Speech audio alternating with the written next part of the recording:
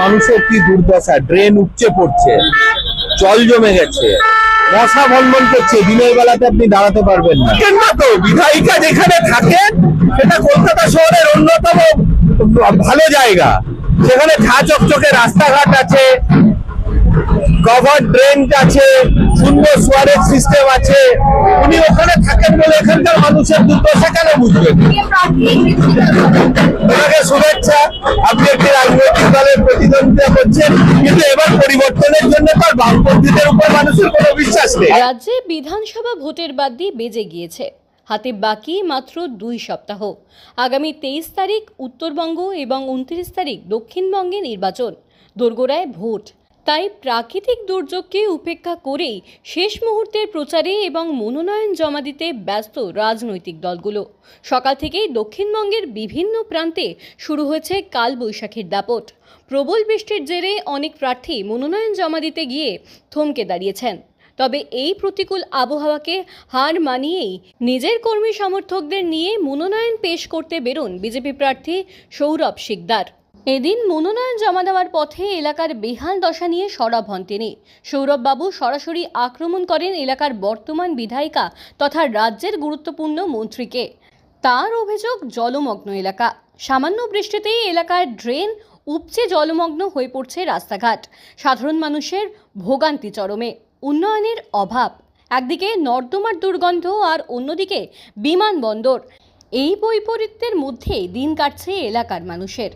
আইসি জীবন বনাম জনসেবা। বিজেপি প্রার্থীর দাবি, বিধায়িকা নিজে কলকাতার একটি অত্যন্ত সুন্দর ও পশ এলাকায় থাকেন। তিনি সাধারণ মানুষের এই কষ্ট বুঝবেন না। তিনি শুধুই নির্বাচনের সময় গাল ভরা প্রতিশ্রুতি দিতে আসেন। সন্ত্রাসের অভিযোগ, এলাকায় শাসক দলের গুন্ডা বাহিনী সাধারণ মানুষের ওপর অত্যাচার চালাচ্ছে বলেও তোপ দাগেন তিনি।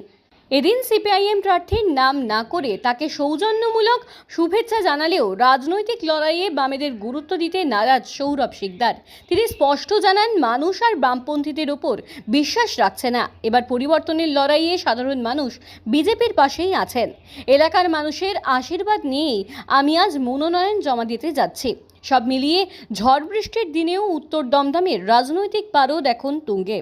এখন দেখার এই বৃষ্টির লড়াই শেষ পর্যন্ত ব্যালট বাক্সে কার দিকে পাল্লা ভারী করে। একটু দেরি হয়ে গেল বৃষ্টির জন্য। আজকে এই এলাকার আপামর জনসাধারণের আশীর্বাদ নিয়ে আমি মনোনয়নপত্র জমা দিতে যাচ্ছি। আশা করি আমাকে আশীর্বাদ করবেন এবং সেবা করার সুযোগ দেবেন। খুব খারাপ অবস্থা, এই যে বৃষ্টি হয়েছে, আপনারা তো থাকবেন আমার সাথে, দেখবেন মানুষের কি দুর্দশা, ড্রেন উপচে পড়ছে, জল জমে গেছে, মশা ভনভন করছে, দিনের বেলাতে আপনি দাঁড়াতে পারবেন না।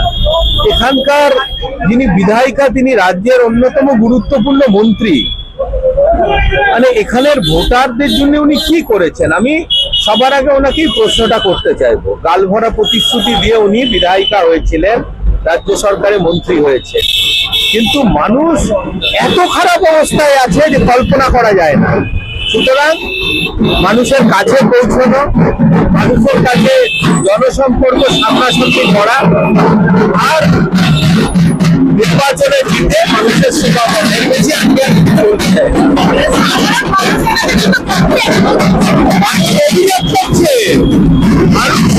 বাড়ির সামনে দিয়ে ঘোরা নর্দমা আর এই পাশে এই দুর্দশা। সারা ভারতবর্ষে এয়ারপোর্টের পাশে অ্যারোসিটি থাকে, শহর করে ওঠে, মানে উত্তর দমদমের মানুষের কি ভালোভাবে বাঁচার অধিকার নেই? থাকেন না তো, বিধায়িকা যেখানে থাকেন সেটা কলকাতা শহরের অন্যতম ভালো জায়গা, সেখানে ঝা চকচকে রাস্তাঘাট আছে, কভার ড্রেন আছে, সুন্দর সোয়ারেজ সিস্টেম আছে। উনি ওখানে থাকেন বলে এখানকার মানুষের দুর্দশা কেন বুঝবেন? মাঝে মাঝে আসেন, মানুষকে গাল ভরা প্রতিশ্রুতি দিয়ে চলে যান, আপনার গুন্ডা বাহিনী মানুষের উপরে অত্যাচার করে যায়, নিপীড়ন করে যায়, জমি জায়গা ভরাট করে প্রগতি হচ্ছে, মানুষের জবাব দেবে। ওনাকে শুভেচ্ছা, আপনি একটি রাজনৈতিক দলের প্রতিদ্বন্দ্বিতা করছেন, কিন্তু এবার পরিবর্তনের জন্য তার বামপন্থীদের উপর মানুষের কোনো বিশ্বাস নেই।